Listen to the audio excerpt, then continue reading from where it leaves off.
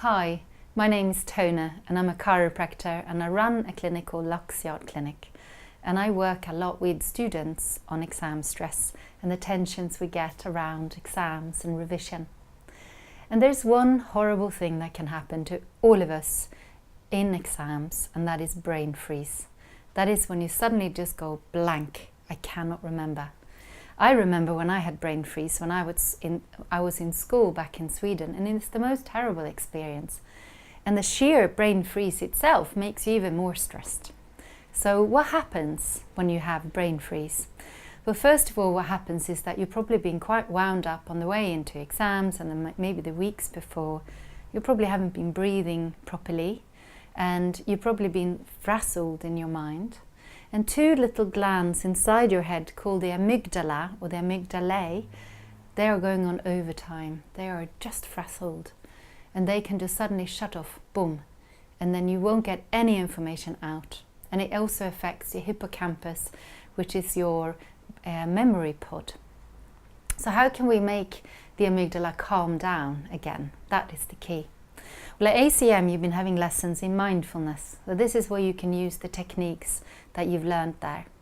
So a very simple technique that you can use if you're in an exam, or maybe you're having an audition or a performance.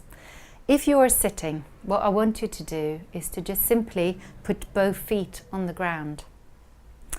And I want you to do that right now. Just sit down on a chair and just put both feet on the ground. And then pay attention to your feet and how they feel against the floor. Are they more connecting on the front, on the top of the foot, and the back of the foot, and the left or the right? Just pay attention. And in mindfulness we pay attention and we become aware, but we don't judge. And then pay attention to where your foot connects to your ankle. And just put your attention to that part where the foot connects to your ankle. And then move your attention up to your calf and just think right calf, left calf. How does that feel? Is it tight? Is it soft? And then bring your attention up to your knee and think, and to pay attention, is your knee further forward or back on one side or the other? And then you move your attention up to your thigh and to the sitting bones. And just think, yeah, am I leaning more on the right side? Am I leaning more on the left side? Am I leaning forward? Am I leaning backward? And just remember, just pay attention. And then I want you to take a deep breath in. A deep breath. Breathe in through your nose and breathe out through your mouth. And then take 3 more breaths, but just in and out of your nose. Breathe in and breathe out. And now breathe in, count to 3. Breathe in. 2, 3. Breathe out. 1, 2, 3. Take another breath in. 1, 2, 3. 1, 2, 3 out. And now again pay attention to your sitting bone and feel how suddenly you just feel heavier on that chair. Feel how your feet are feeling more wide against the floor. Just pay attention. I want you to breathe in for 3 and just hold it for a second, and then breathe out for 3 and then hold it for a second. So breathe in, 1, 2, 3, hold it. Breathe out, 1, 2, 3. And take a deep breath, just breathe in and breathe out. And you notice that your breath is getting longer and is getting slower. Breathe into your belly, breathe in.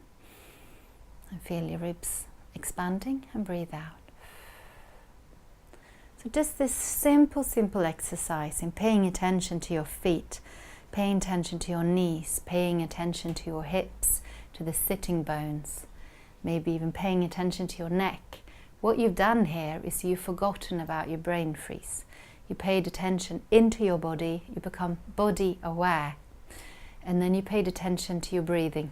So in mindfulness you've learned about counting your breathing, and you can actually even count your breathing longer, but you don't want to go too much further than 5 really. And what's happened now is that you've relaxed your body, you've taken it out of frazzled mode, the amygdala should settle down and your brain will become calmer. If you still cannot remember, go to another question and then come back to the exam again. But this is a very simple technique that you should be able to use anywhere in the world, in any situation, to help you.